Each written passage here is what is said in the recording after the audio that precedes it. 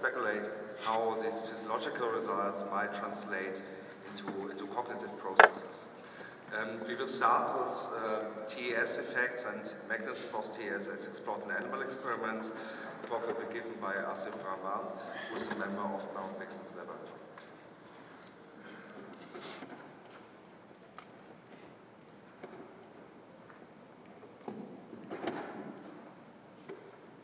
Thank you. Good morning, my name is Asif Rahman, and today this talk is about the cellular mechanisms of tDCS. And I want to motivate that in the context of conventional tDCS.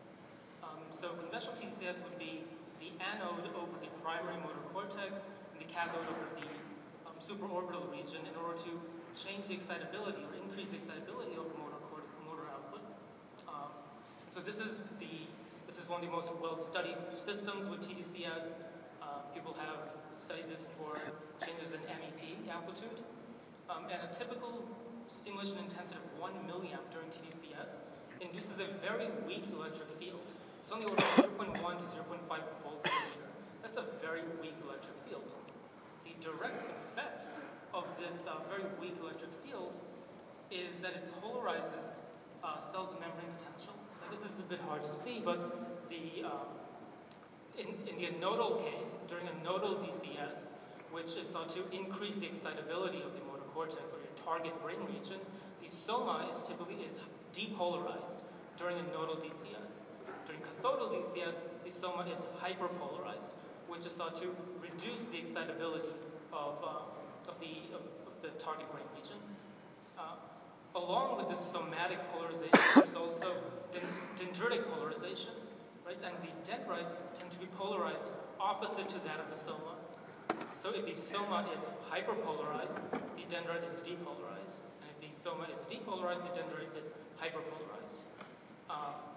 Now, based on classical animal literature, the change in the excitability, let's say just in the motor cortex, because that's what's been studied in depth, both in the classical animal literature and most of the early studies in tDCS in humans have been also done in the motor cortex.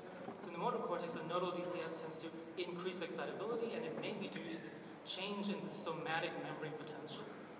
And you'll notice that for a typical layer 5 pyramidal cell, which is possibly the most sensitive to the electric field, it's only polarized by about 0.2 millivolts per volt per meter. Now, that's extremely small change in the membrane potential. If you think about a cell that's at rest, to get that cell from resting to firing an action potential, you need about 15 millivolts of depolarization. So how can something so weak that induces a 0.2 millivolt depolarization move a cell to firing? And ultimately affect brain function? One way a very weak electric field can modulate excitability and have changes, long-term effects, is by changes in the synaptic activity, right? And so we can study synaptic activity and how electric fields modulate synaptic activity in a reduced preparation in vitro. So we go to the motor cortex, we take brain slices, and we measure the synaptic activity in the form of this field potential, which is a marker of synaptic activity. So with presynaptic stimulation, we take an electrode, we stimulate the fibers, and we get a marker of synaptic activity in the form of these field potentials. Now, if you think about training, what happens during training, there's this ongoing activity in a particular pathway. So we probe a pathway during continuous synaptic stimulation, right, in order to emulate the training condition. And so we reach this steady state evoked potential in these brain slices. And when you turn on the field, the immediate effect of the electric field is an increase in synaptic activity. This is an extremely well-characterized result, especially in the animal data. This immediate increase in synaptic activity, which then we show is sustained during DCS. And this is one of the novel findings that we've shown, that as long as the field is on, the change in synaptic activity is persistent. Now, moreover, this effect on synaptic activity is polarity specific.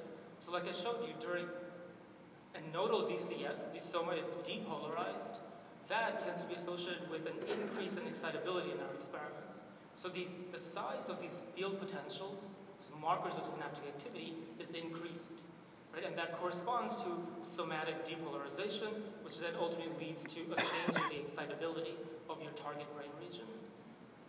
Similarly, cathodal DCS, which hyperpolarizes the cell, tends to reduce synaptic activity and reduces overall excitability in that particular brain region.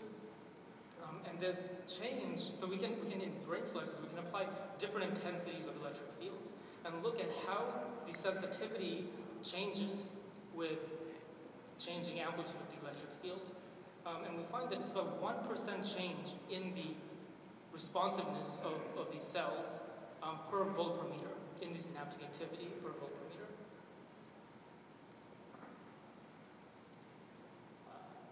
Now, if you consider a case where there's training, there's ongoing activity, on a cellular level, that's a particular pathway that's being activated at a particular frequency, right? So there's synaptic input coming in, and that synaptic input accumulates, tends to have a cumulative effect on the postsynaptic cell. And what happens during DCS is that due to the depolarization, the direct effect of the cell, of the electric field on the cells, there's a greater accumulation on the postsynaptic of synaptic activity. So for instance, in this trace, you see memory potential.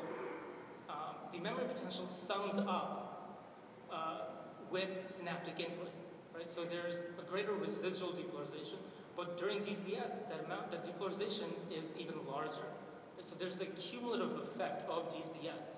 So although DCS has a very weak effect, it induces a very weak electric field, has a very weak effect on single cells.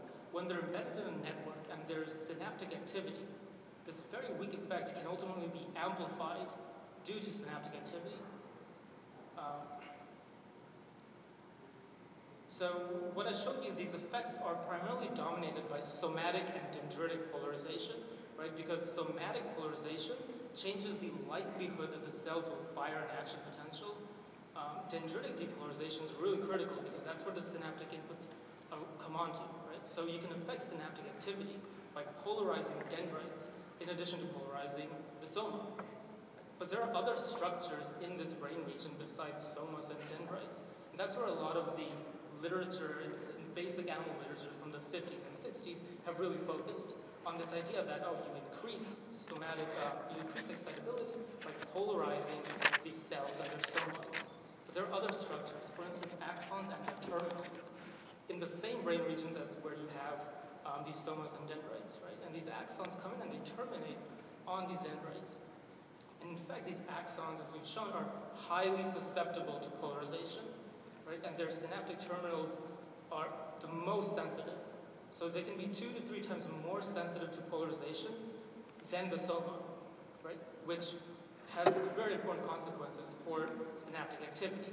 So one hypothesis is that in an electric field, if the axon itself is polarized, you change its sensitivity, you can drive synaptic activity through polarization of these axons, right? More recruitment of axons. So with that hypothesis, we can go back to our reduced system and design an experiment where we can directly probe how many axons are being recruited in the cortex during an electric field. So we apply a very strong stimulus to a bunch of axons in the cortex, in the primary motor cortex, in rat brain slices. And we do this in the presence of an electric field, right? And we measure the fiber volume. Now the fiber volume is a response. The amplitude of the fiber volume directly correlates with the number of axons that are generating action potential. And you can think of this external stimulus that we apply as a TMS pulse, right? Because TMS pulse comes in, it might recruit more axons, and we try to see how can an electric field modulate the number of axons that we've recruited.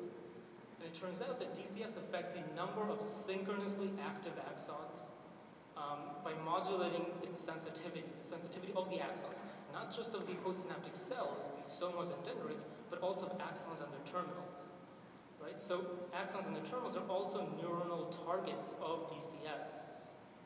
In fact, recruitment of of these axons during DCS directly drives synaptic activity. There's a direct correlation between the number of fibers that you're recruiting during DCS with an external stimulus and the size of the synaptic response.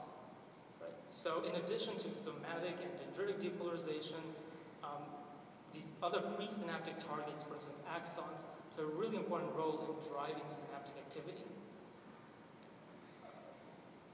Now, we really focus on this target brain region, right? So there are these cell bodies and axons and their terminals in this target brain region. But where do these axons actually come from, right? So they're originating in some distant region. They don't have to be local cortical connections. These axons sometimes originate from very distant brain regions, right? And these brain regions are connected in a network where the activity of this afferent brain region drives the output from the target brain region. And if tDCS were to induce diffuse current flow, so current flow that hits both the afferent brain regions, where these axons are originating from, and the target brain region, well, you might imagine that can have that can drive the output from your target brain region. For instance, if your target brain region is the primary motor cortex, if the electric field is diffuse and you're trying to hit the primary motor cortex, but the electric field hits premotor, now you can drive the output from primary motor cortex by affecting premotor.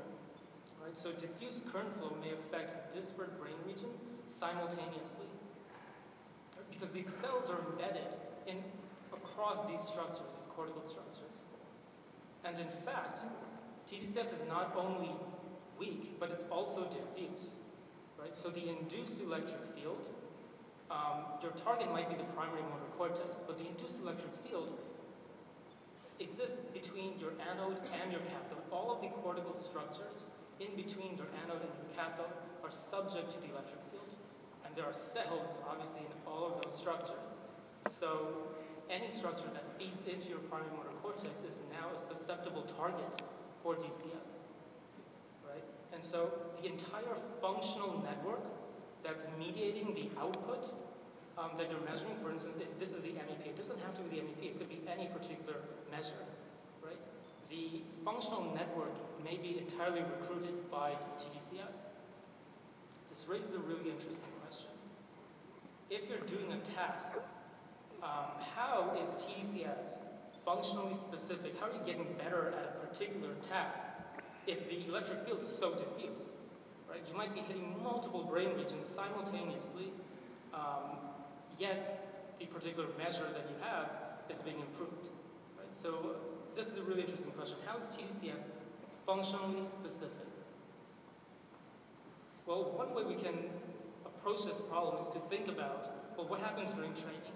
During training, right, you have a particular network that's active, a particular functional network that's being activated, and there's endogenous plasticity. There's synaptic plasticity that's going on in that connected network. And so one hypothesis is that the electric field interacts with that ongoing plasticity. Right? So this is a hypothesis. The electric fields interact with the ongoing plasticity and might modulate plasticity to ultimately have an effect that's very specific to that functional network. Right? So put another way, the effects of tDCS may be brain state dependent. What you do matters, right? So what you're doing during stimulation may ultimately affect the outcome. And so we can again go back to a reduced preparation, right? Go back to the brain slice and take this hypothesis and formulate it in a way where we can ask this question on a very cellular level and sort of build from the bottom up, right? And so we can design an experiment to test the very specific hypothesis that during DC stimulation, the endogenous plasticity will be modulated, right? So first thing we have to do is induce this plasticity. And one way to do that is using a very well-characterized system in the hippocampus by using theta burst stimulation. These are bursts of action potentials arriving down a particular synaptic pathway, and specifically this is a Schaffer collateral pathway in the hippocampus, which has been exhaustively studied for plasticity. And theta burst stimulation induces very robust and long-lasting synaptic strengthening, LTP. And so again, the hypothesis was in the presence of an electric field, this ongoing plasticity might be modulated. So we apply an electric field that depolarizes the soma. Right? In this case, the inputs are timed precisely when the soma is maximally depolarized. And guess what happens? There's a robust increase in the amount of plasticity. Right? So synaptic strength is modulated during ongoing plasticity. So the electric field modulates LTP, which was our initial hypothesis. Right? So now the synaptic inputs that come in when the memory potential is maximally depolarized at the soma, this can promote LTP. So this brings us to the state dependency of brain stimulation. So that's a very big point. That this is the first time anyone has shown really, that ongoing plasticity can in fact be modulated by an electric field, right, in vitro. So I've told you about diffuse current flow. That diffuse current flow, well, it's going to target your target brain region. It's going to affect your target brain region, but it'll also hit your afferent brain regions, right? So diffuse current flow then may bias the entire active system, that functional network, towards plasticity by promoting activity in both brain regions. The underlying state of the activated brain region may potentially influence the effects of brain stimulation. With that, the more we understand these cellular mechanisms, the better we can design clinical therapies. We can design rational therapies. For instance, I gave you a hypothesis on how we might achieve functional specificity by modulating endogenous plasticity, ongoing plasticity. And one way we've approached this problem is by starting at the cellular level. By studying these cellular mechanisms, we can then rationalize experiments to do in humans, for instance, where we can have training, endogenous plasticity, and modulate that ongoing plasticity. But there's a big gap here between the cellular mechanisms and the cognition and behavioral effects that you observe in the clinic, right? And there's a need to bridge this gap that I think some of the following speakers will address. But one way we might approach this problem is through developing a framework where we take our knowledge of animal literature, these effects that we observe on single cells, on synaptic activity, and on plasticity, and combine it into a quantitative framework so that we can provide predictions and analysis to interpret the clinical data. With that, I'd like to thank our funding sources and you for your attention.